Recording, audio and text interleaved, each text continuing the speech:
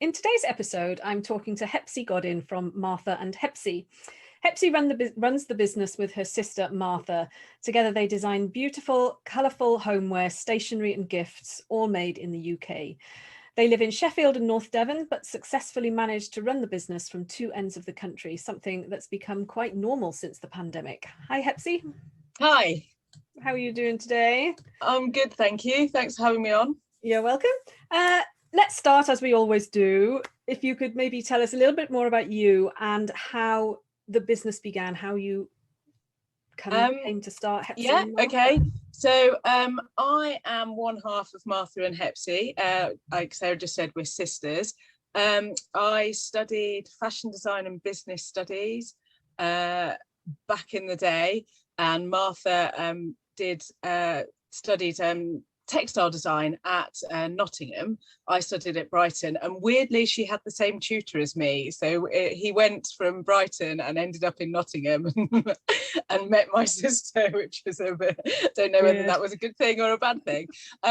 Anyway, I went on to work in marketing for a jewelry company for a fair few years, and then was made redundant. However, before I was made redundant, I was on maternity leave, and kind of like we're both quite frustrated with our jobs, needed a creative outlet. So we had set up Martha and Hepsie whilst I was on maternity leave with my second child. So we kind of ran it as a kind of 5 to 9 hobby therapy. We're going to do this. Then I was made redundant. Martha was living in London. She was also made redundant within like a couple of months of me. So it kind of like, it was a now or never thing. Wow. She returned to Sheffield, and so we just did it. And how long ago was that? 10 years ago. Wow. So we've been around for 10 years. I would say, like, being female and having children and stuff like that, we kind of we've survived for 10 years. I think that kind of like we're coming into our own now, just because of the juggle. Like, you can't, I physically couldn't do everything. I couldn't have small children and really commit to my business. Like, something had to give. So the business has done well, like, but I think it can do much better. But now my kids are like older, I kind of like, they're pretty self-sufficient-ish. Yeah, that's such a common theme, isn't it? I mean, my kids are all grown up. I've got grandkids actually, but I did, when my kids were young, that's when I started my first business, because it fitted in with school, and I was available when I needed to be. But yeah, there is the other side where you then have to be available for school runs and plays and all this kind of stuff, and you're trying to juggle it all at the same time, and it is a challenge. It's a big challenge. Totally. And my husband decided to retrain as a primary school teacher like 5 years ago as well, so they were just like, we can't do it all. But yeah, no, we're ready to kind of like go, I think. So brilliant. Yeah, good. So going back to when you first started, how did it look for you then? Did you, when you first started, did you say, right, we're going to do this and it's all going to be online, or did you have an idea of selling locally or in craft fairs or whatever? How did that look? Yeah, we definitely went online straight away, because Martha was originally, she was in London and I was in North Devon. Then she moved back to Sheffield, so online was always a thing for us, because we were in 2 different locations. We had to communicate via online, so it made sense for us to be online. Also, I'd kind of like headed up the website in my previous company, so I was no expert, but I knew that it was a thing that we needed to do. Also, kind of like financially, it made sense. You could like expose all your products to lots of customers without having to have a bricks and mortar store, and things like that. So yeah, online was always a thing. Everything's made either by us or by British companies, so we're very kind of like keen as a USP to have British made as our thing, and we tried to begin with to kind of support our local areas. So whether it was North Devon and Sheffield, Like, so we went to trade shows in Exeter, went to a trade show in Harrogate because they were our closest, rather than being like London centric. But for trade shows, we did find in the end that we needed to be in London, because that's where the buyers were. And then kind of like from a consumer point of view, it was online. And yeah, we did do, and we have done up until kind of like the pandemic, local shows, but it's totally like you have to find the right one for you, because some of them you'll turn up and it's soul destroying. You're like especially in the first days, oh, like you get there, you've got like all these big kind of like thoughts of what you're going to like take, what you're going to sell, and then like you'll sell like 2 cards. So we quickly kind of like understood that, and then found our kind of like our tribe, as it were. But whenever we'd go to a show, it's kind of, it's a marketing activity, it's not a sales activity, because you could sell loads of one thing one day, and then the next you wouldn't. It's just so kind of like unpredictable.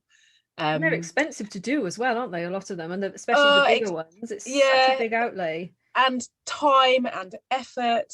Like, it's great, especially as kind of like a research thing as well, to find out what people like and how much they're going to spend and stuff. So you kind of have to take it as a holistic activity, not as a sales thing.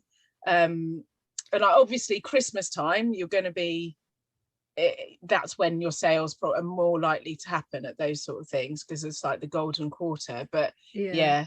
So do you say it's more of a marketing activity? Do you actually make an effort at these shows to sort of gather kind of information from people on emails and stuff, or do you not? Do that? We used to be honest. Like we did have a mailing list, but it's only in the past kind of like year that I've kind of honed in on being geeky / savvy with mailing lists and things like that. So kind of I knew about it.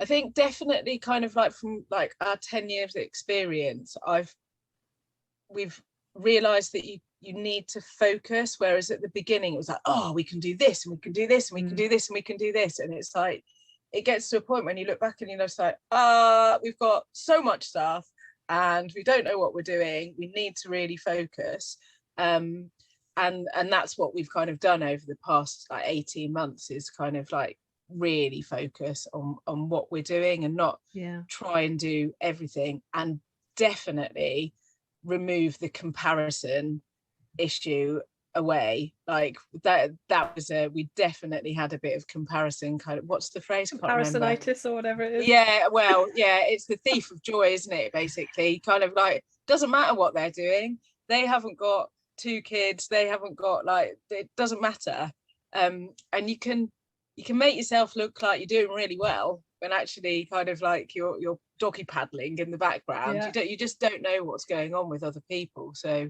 I'm so glad you said that. I'm so glad I'm not the only one that does that. It's really easy to like go down the rabbit hole of thinking, oh my god, look how many orders they're sending out, look how good they're, like, look at this and look at that, and you don't know that they've just got like a massive loan from the bank, and actually they've got to do that, because otherwise how are they surviving? You don't know whether their mum's bailed them out with like a few £100. You don't actually know if they're profitable. I mean, they could be selling thousands and thousands and thousands of pounds worth of stuff, but if they're not making any money at the bottom of at the end of the day, then and there'll be things like, so we were on like Not on the High Street, and in the beginning people will be like, oh, look how many sales I've done, and like Martha and I'd be like but then you're like, well, actually they're only selling cards, so they've got to sell thousands of cards to be able to make like 50p, like 50p. If you're only making 50p per card, like you've got to sell loads, and it's all about that, getting that balance. I mean, it's great to know what's going on, but you really need to like know your business and not kind of worry about what other people are doing. You've got to kind of stay in your lane. That's what they say. Stay in your lane.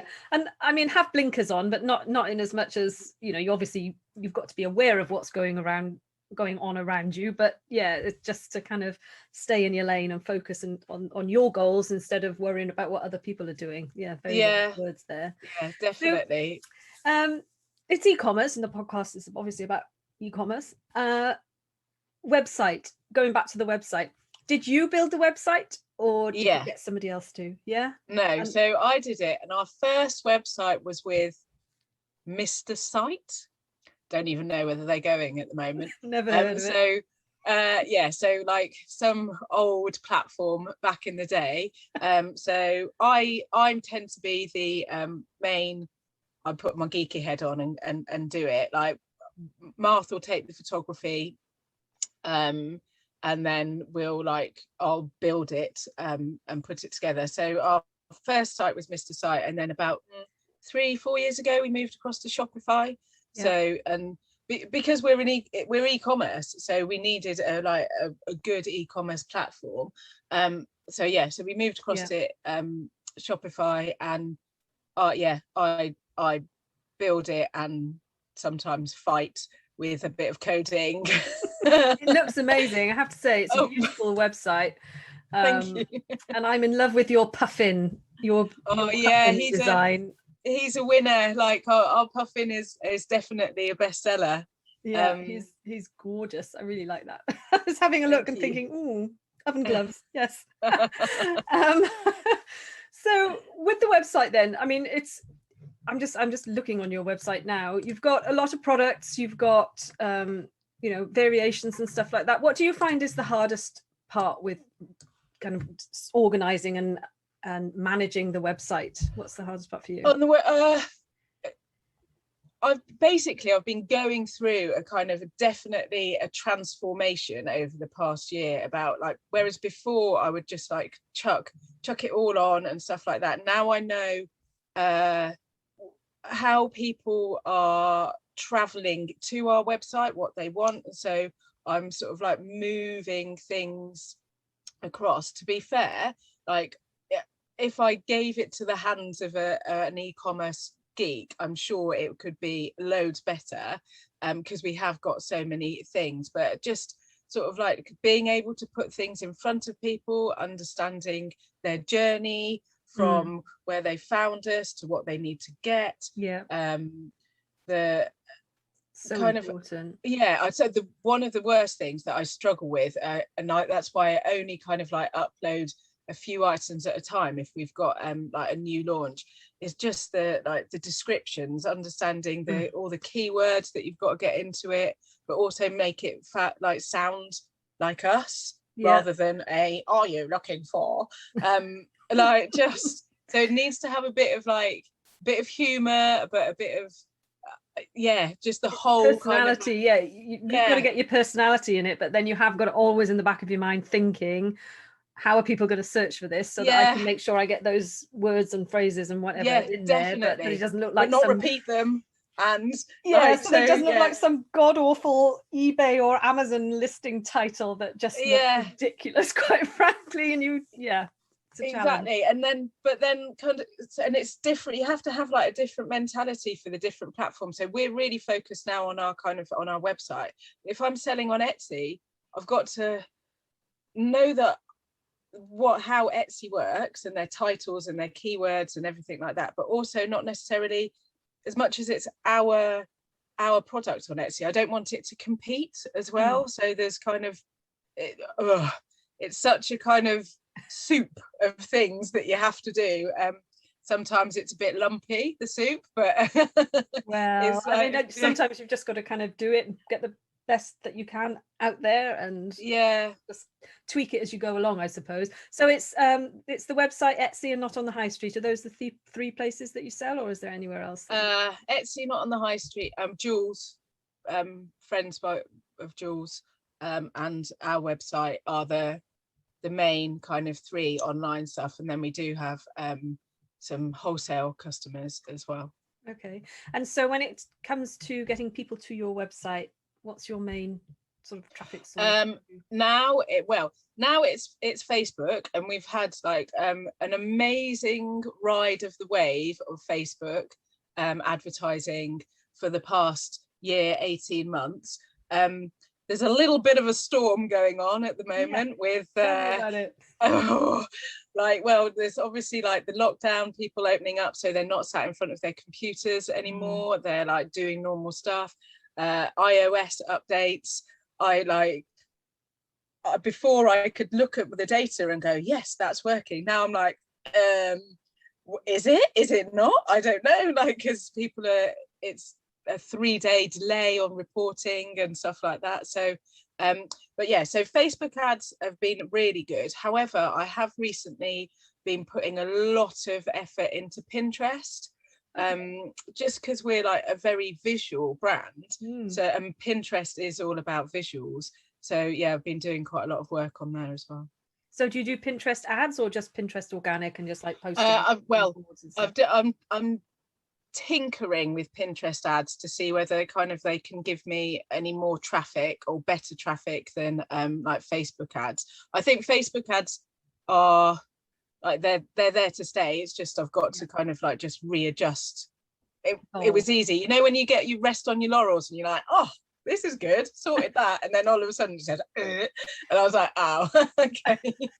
So I've just got to go back to basics and sort that out. So that always will be there, but Pinterest, it's, yeah, I need to see whether it can do the same, but it's a different person because they're searching for different things. So yeah, I must admit I don't use Pinterest a lot, but a lot of it's mainly women, isn't it, on Pinterest? Yeah. And a lot of people use it for doing lots of research and looking for products and things. I don't do that, so like I'm not kind of I don't do much with Pinterest at all, actually, but I have heard that other people do have quite a bit of success with it. And and it's kind of if we can build it on it's looking at other opportunities as well. So if we're successful on Pinterest, but like on a visual kind of point of view, and it may not necessarily be kind of driving huge amounts of traffic to our website. However, if we're like, I'm getting like 500,000 views a month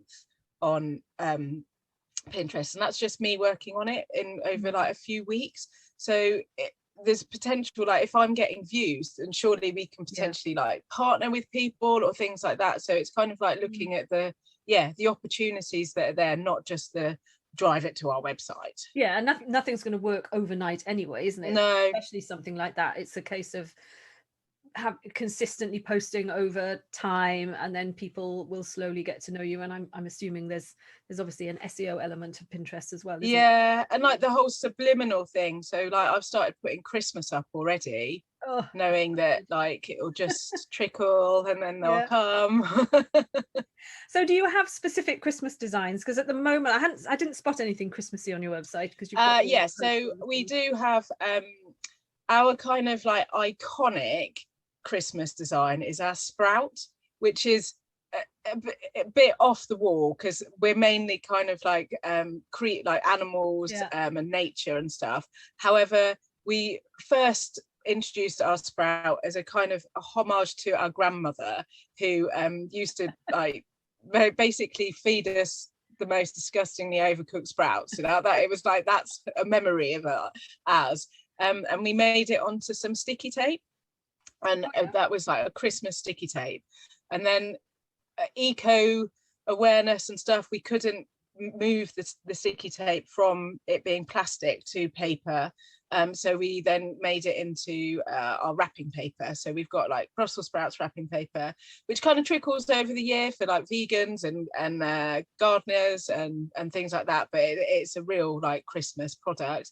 Then we've got penguins. Again, penguins like all year round, but definitely at Christmas time. And what else have we got? And then we've got a walrus, who is like, we like push him to Christmas. And we're looking at for this Christmas to bring in a polar bear. Nice. It's July, it's June, but I suppose you have to be already planning your Christmas, don't you? Organize and everything done. So thinking about just the challenges of running a business, do you guys actually ship the products, or does no, we used to, So we used to like absolutely have a high when we were like getting the orders through, packing them, annoying people at the post office because we had loads of bags. Yeah. And like that's great and it gives you a real buzz, but then you realize that actually that isn't the best use of your time. And because we were split location, we both needed to have like stock in the same location, so it just like financially that didn't make sense when we got to a certain size. So we have a fulfillment center which is actually in North Devon, and they pick and pack for us. They don't pick and pack our kind of like, we have some bespoke products which are made to order and things that they're all sent to us, and like our lamp will buy us, and our lampshades we make, and so we're sent. But 85% of our products are sent by a fulfillment centre. And how did you go about choosing one? Did you just pick one because it was local to you? What? Yeah, well, I did want to either have one in Sheffield or North Devon, so that we can like drop in, manage our stock, and have eyes on it, basically, because like we wanted it was a big thing giving all of our stuff to this company, and it just so happens that there's one like a mile down the road from us, and it's great because we've got a really good relationship. I basically have an area where I can prep stock when it comes in if it's unprepped, and then it goes in, and yeah, it's worked out really well. And I imagine that you didn't know yourself when you first did it and suddenly had all this time on your hands to actually do exactly stuff other than pack parcels. Well, and that's the thing, like when you run a small business you have to do everything, and then all of a sudden you need to kind of like step back and go, why am I doing this? Like it's not the best use of my time, it's not what I'm good at. I need to be able to kind of like delegate it to someone who's better at it than me. And to be fair, I was getting to the point when we were really busy of like, I don't want to be putting like things in like letters or boxes and stuff. It needs to go to someone that will care and be better about that process than we are, because we've got so many other things to do. So looking forward, we've kind of had about where you've come and what you've done. Looking forward, what are your kind of visions for, I don't know, maybe 5 years, 10 years? Our visions, well, I mean, at the moment, like I said, we've kind of just we've had a massive holistic like review of our business, and we have done kind of like what quite a lot of small businesses do, which is kind of go, oh, I can do all of this stuff. So we're in the process of kind of a little bit of a refinement so that we can be a bit more slick about what we do. But we also kind of want to, philanthropy is quite a kind of a big thing for us. So our gift wrap, which is one of our best sellers, we launched our gift wrap that gives campaign. So we donate 10% of our profits from our gift wrap to charity, and we've been running that for 3-4 years. So that's kind of like a big thing that we want to kind of keep going within our business. And then there's also other areas of our business that we can do. So Martha and Hepsie is very much a kind of like, it has a look, it's very precise, and we're colourful. We know that we're made in Britain and everything like that. However, I think we've kind of like understanding now that we've also got other facets to our kind of skill base, and we want to be able to use those as well. So like Martha and Hepsie is kind of running, it's always going to be our baby, we're going to always nurture it and stuff, but there are things like, for example, what I'm doing at the moment, talking to you, going to be able to like to do that. So we're kind of diversifying a little bit, but kind of always keeping Martha and Hepsie at the focus, and we just want to grow. Like we're only UK based at the moment, and I would say we're a kind of like, we're a little minnow, so there are opportunities for us potentially in licensing, where we've created the design and we don't necessarily from a business point of view have to invest hugely. We can partner with other people, yeah, there's like go internationally, like Etsy is international, but our website isn't international, so there's lots of like other options there. Yeah, no, it's huge potential with it because the designs are absolutely gorgeous, and Yeah, they're very transferable. It's yeah, just a case of finding like the right partner. And I think what we've done is kind of like we've grown our product collection to prove that it is transferable. However, from a kind of financial business point of view, it would make sense for us to partner with other manufacturers rather than just like totally like try and manage it all ourselves. Yeah, because there's a I mean, I've never done anything with manufacturing, but yeah, I imagine it's a bit of a minefield. Well, and anyway. controlling stock and yeah, oh yeah, it must be huge. But I can definitely see all this. Do you sell in John Lewis or anything? We used to. We did do a John Lewis kind of like made local, so it was more northern. We did, yeah, we worked with John Lewis and things like that. So yeah, there's like just partnering with other people and retailers and stuff. There's lots of options. Yeah, well, there's loads of potential. I think the products are gorgeous. And who decides on which designs you're going to do next? Is it because so Martha is the main illustrator. As kind of like we decided that to have some continuity in the designs, but we both brain dump with regards to themes, colors, products, and then Martha goes off and she hand illustrates and she'll kind of like do several designs with several colors. She'll then like send them to me. I'll comment and she hates me for about 30 minutes because I'll be like, oh, what's that? But like honesty is the best policy and we have a really good working relationship. So and that's why it's brilliant that we don't work in the same office, because I can just go, no, I don't like that. And then like she's steaming in Sheffield, but it doesn't matter. So Martha is the main illustrator, and then we kind of collaborate with the product designs, or well, the product development and the colours and things like that. That sounds fab, and they are beautiful. It's just they're lovely. I'm going to carry on having a little browse on the website when we finish. Thank you. Have a look because I love the puffin. I've fallen in love with that puffin. Yeah. So just a last question, which I thought would be interesting. If you had to start again, would you do anything differently, do you think? Yes, definitely. I've recently become a bit of a book sponge. So I've gone back into like educating myself totally. Like before, I was all about being creative and relatively arrogant about kind of like, I know what I'm doing, this is what I'm doing, but actually kind of I've reopened the education door and I'm like reading all about business development and everything like that.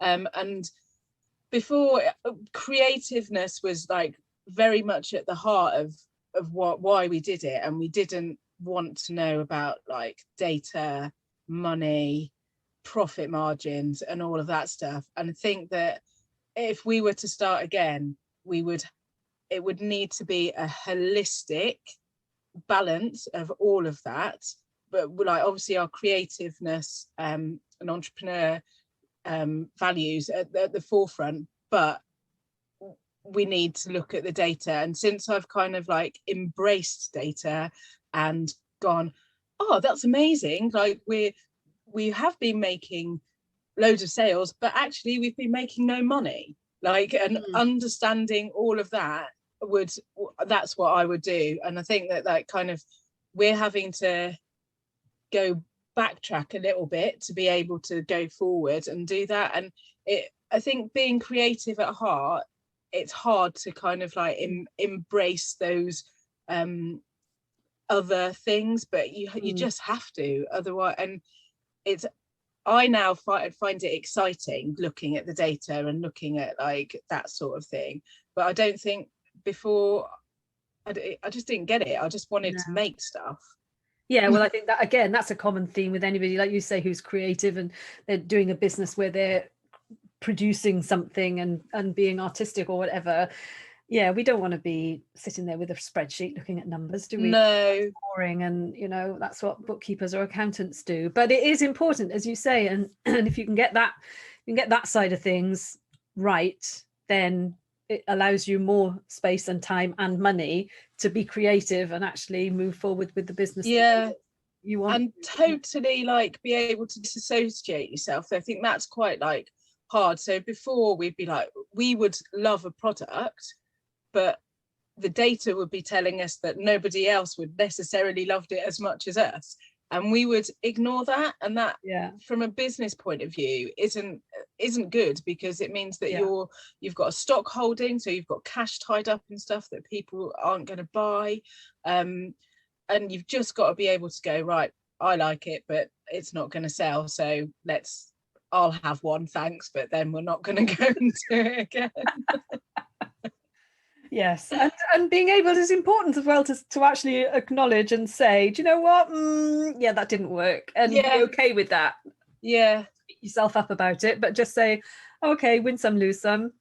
That's and like we definitely had kind of like from a sales kind of like point of view, it'd be like, oh, you love our stuff, have it for free, like, well, not have it for free, but like there was no like the fact that someone liked our stuff was more important to us than the amount of money we were making from it, and that's not good. And I think the other thing from a small business point of view that we've kind of found is that you need to know your profit margins, whether you're working on like market platforms, and if the market platforms or marketplaces, are telling you that they want something, for example, free postage, don't just roll over and go, okay, I'll give you free postage, because they're doing it for themselves. They're not doing it for you. You need to have a look at your numbers and go, if they want free postage, can I amortize the cost into my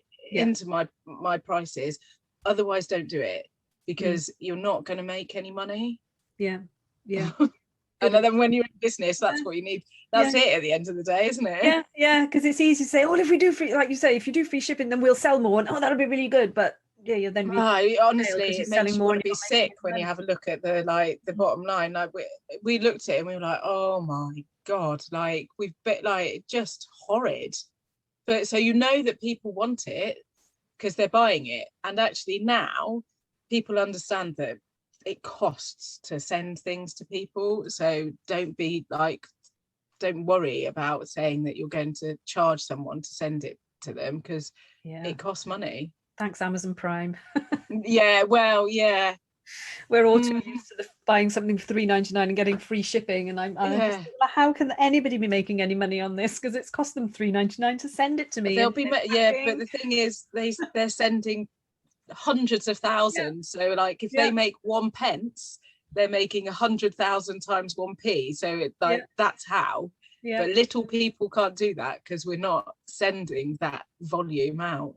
No, I think people are starting to understand that a bit more, aren't they? And I think a lot of people will want to support the small businesses, and my kids, at least, they won't buy anything on Amazon just out of principle. They want to support an independent business, which is exactly great. There's the whole kind of like supporting small, kindness economy stuff, having the words just disappeared, a provenance. So it kind of like, if it's got provenance, so like it's designed by like Martha and I, it's made in England, it's from a smaller company, that adds value. Whereas if you're just buying something from Amazon, that it's like just being smashed out by machines. So I could have said it better myself. On that note, I just want to say thank you ever so much for talking to me. It's been really interesting, and I love your products. I've said that already, but I do. They're amazing. And thank you for being somebody that supports British manufacturing, for one, as well. And I think that's so important. And thank you for talking to me. And I wish you every success. And I really look forward to seeing what you can do in the next couple of years, and I look forward to seeing your products in a shop. That's what I look forward to as well. Thank you so much for having me. Let me waffle. That's quite all right. Thank you. Okay.